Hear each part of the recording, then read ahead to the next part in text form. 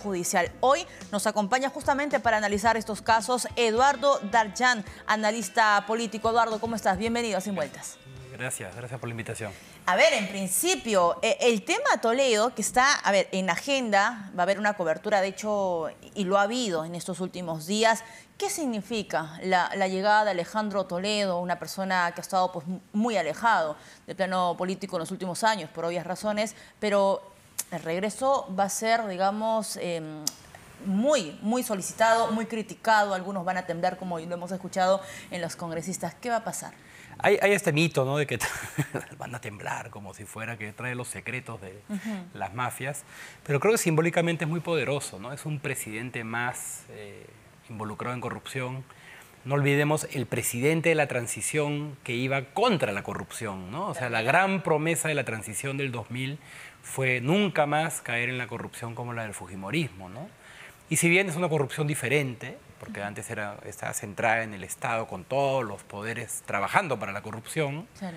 En el caso de Toledo es impresionante que meses después de asumir el cargo con esa gran promesa haya comenzado a cometer estos actos que luego se dieron durante todo el periodo democrático, ¿no? Entonces es una sensación de fracaso nacional que nos recuerda la llegada de Toledo. Fracaso nacional y no sé si me permites agregar decepción, porque él ingresa con un discurso muy poderoso, ¿no? De la lucha contra la corrupción que estuvo anclada por la época del fujimorismo, pero además con un discurso de yo, que soy provinciano, que vengo y conozco de cara, muy cerca, las necesidades, te voy a ayudar, ¿no? Hay cierta empatía, pero lo que vemos es otra historia muy distinta, un final que nadie esperaba. No, incluso cuando uno recuerda la interoceánica, él en algún momento se pelea contra las tecnocracias y dice que él quiere que hayan pues más vías de acceso a la interoceánica. Y uno pensaba que era en parte pues esta promesa, irresponsable, pero promesa al fin y al cabo con poblaciones. Luego enterarte que todo esto era en realidad pues que a más kilómetros, más coima, es espantoso, ¿no? O sea, como país, de hecho, pasar de 10 años de autoritarismo que cae por corrupción y que la promesa democrática sean políticos que a los meses ya están estructurando sistemas de robo de grandes proporciones, pues es bien penoso, ¿no? Ahora, Eduardo, te pongo este escenario sobre la mesa. ¿Nuestra política peruana está condenada a terminar en la cárcel? ¿Nuestros presidentes están condenados? ¿Es esto, digamos, lo que nos espera en los próximos años? Es que creo que la cosa ha ido empeorando y degradándose también, ¿no? Acabamos de escuchar a los congresistas que han hablado antes. Por lo menos en esos años, tenías algunos congresistas, sin decir que era bueno, Claro. que mantenían cierto cuidado, ciertas agendas, ciertos temas. La misma discusión, por último, de la infraestructura se hacía pensando en ciertas agendas país, ¿no? Yo creo que ahora la política está mucho más degradada, más informalizada, en mayor contacto con intereses muy particulares. O sea, lo poquito de partidos se ha ido debilitando todavía más. Entonces creo que es una política en la cual es muy común esto que estás diciendo, ¿no? Puede haber más casos de corrupción como los hay, ¿no? Claro. A todo nivel. Incluso diría que esta gran polarización que a veces uno ve ideológica esconde grandes acuerdos corruptos por debajo, ¿no? Entonces, creo que lamentablemente en el corto plazo lo que uno ve es una clase política tendiente a esta corrupción, puede ser de alto nivel, o también esta corrupción de pitufeo que hemos visto Claro. con Pedro Castillo, que también llega con este discurso de yo vengo desde afuera y mete a los amigos y al que le pone la gente y al que le hace la obra, de un nivel paupérrimo, ¿no? Esto puede incluso a desgastar, ¿no? Y a contribuir en esta crítica justificada, por supuesto, de la población, diciendo la clase política, nuevamente vamos a elecciones, porque son tres presidentes, y de distintas ideologías o de distintas agendas, distintos perfiles y distintas personas también que lo acompañan. Fujimori, Castillo y Toledo. Es que creo que ahí tocas un punto que es bien interesante, ¿no? Nos centramos mucho en la polarización que existe, es real, claro. ¿no? Vladimir Cerrón, el señor Muñante existen, ¿no? Jalan y polarizan desde sus posiciones, ¿no? Pero hay una sensación mayor, yo diría, que es de deslegitimación, de cansancio, de hartazgo de todos, ¿no? Los que hoy en día tienen aprobación paupérrima, saldrán, se moverán, vendrán. Y lo peligroso, sin embargo, creo, es que en cada elección, sin embargo, esa gente que está cansada, molesta, ¿no? se entusiasma con algunos liderazgos que probablemente lleguen sin una propuesta más coherente, más cuidadosa, y volvamos a caer en lo mismo, ¿no? Esto que has tocado es muy interesante, porque claro, este desgasto de la sociedad, de la clase política, no solamente el Ejecutivo, pienso ahorita, por ejemplo, en el Congreso de la República, va a ser un caldo de cultivo para las próximas elecciones. ¿Y quién va a aparecer? O sea, esto va a abrir las puertas para qué perfil, qué candidato se va a asomar con todo esto.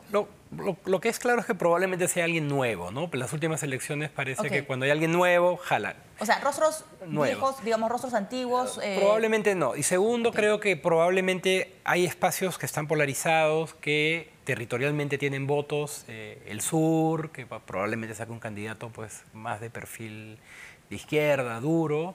Pero Lima también está votando ese tipo de candidatos, ¿no? Lima está votando por un tipo de candidato también... Extremo, ¿no? Extremo, duro, que mira el país desde acá, que cree que todo se arregla con orden, que mira las protestas sociales como un problema de ley y orden y de conspiraciones. Lo que demuestra también un hartazgo, ¿no? O sea, que demuestra que parte de la población puede que vea muchos estos políticos como deslegitimados, pero a la hora de votar dice, bueno, pues mi menos malo es uno que también polariza, ¿no? Entonces creo que eso es peligroso, porque no se han perdido también algunas propuestas más centristas, sean de izquierda, de derecha o de centro, ¿no? Pero que digan, hay algunas capacidades de ponderar, de cooperar, claro. Porque en este contexto polarizado, me parece, jala más ese tipo de actitudes, ¿no? Ahora, hemos analizado un poco, digamos, el aspecto del Ejecutivo, del Gobierno, los ministerios, quienes los acompañan y posibles candidatos. No quiero dejar de lado la mirada al Congreso de la República, una institución deslegitimada, una institución que no tiene una aprobación como uno quisiera, ¿no? Y a pesar de esto se suma el caso de las congresistas, pues son mujeres, son 5 de distintas bancadas nuevamente, sin importar la tienda política, que sin ningún titubeo o que la muñeca pues no le tiembla, empiezan a recortarle los sueldos a sus trabajadores. Eso se está investigando en la Fiscalía. A ver, ¿qué lectura sobre esto? Primero lo que hemos conversado hace un momento, ¿no? Que es la debilidad de los partidos políticos que hacen que tengas un tipo de candidato a la política que no esté pensando en el mediano plazo, ni en su carrera, ni mucho menos el bien del país, digamos, sino en recuperar lo invertido, ¿no? Lo invertido en la campaña, ¿no? Entonces, es un político bien chauchilla. Segundo, pues la extensión también de prácticas... Chauchilla, me ha gustado esa palabra. La extensión de prácticas profundamente corruptas normalizadas, ¿no? Es normal nombrar al amigo, poner al otro para que me pase parte del sueldo. Claro. Y creo que en este caso, pues lo que uno ve es, además...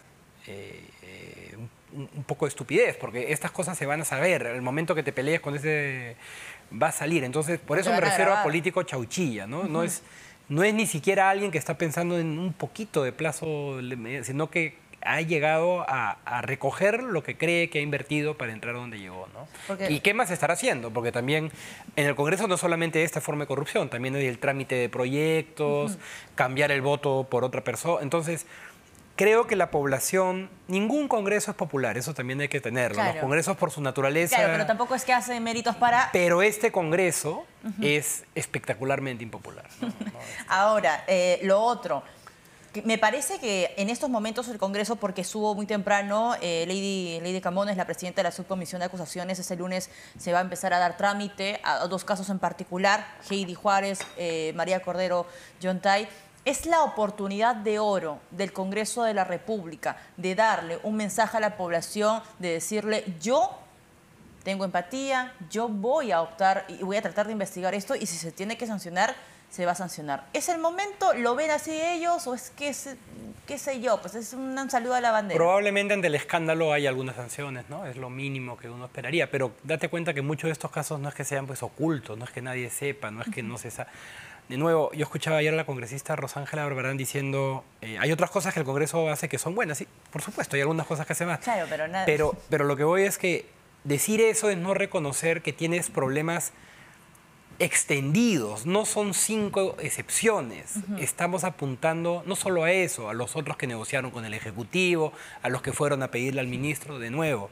Un Congreso que son partidos debilitados, lleno de intereses informales, intereses particulares, sin una perspectiva de carrera política, la congresista Barbarán debería pensar, si yo quiero hacer carrera política, tengo que ponerme a pensar cómo diablos mejoramos esto en su conjunto, porque no son excepciones. Es un Congreso que va a estar cargado de estos escándalos. Cada vez que levantes algo vas a encontrarte con uno de estos escándalos. Ahora, a ver, hemos tocado el Ejecutivo, hemos tocado el Congreso de la República. Quiero unir ambos temas. En el caso de Roberto Sánchez, quien en algún momento fue ministro del gobierno de Pedro Castillo, la próxima semana se va a discutir si se aprueba o no esta prisión preventiva, ¿no?, que solicitó la Fiscalía al Poder Judicial. ¿Qué podría pasar acá? Pero además, también, si es que se le da la prisión preventiva, entra la segunda persona, ¿no?, quien estaba antes de él o después de él, en todo caso, que sería la primera congresista trans, Gaela. Sí. ¿El Congreso está preparado para eso?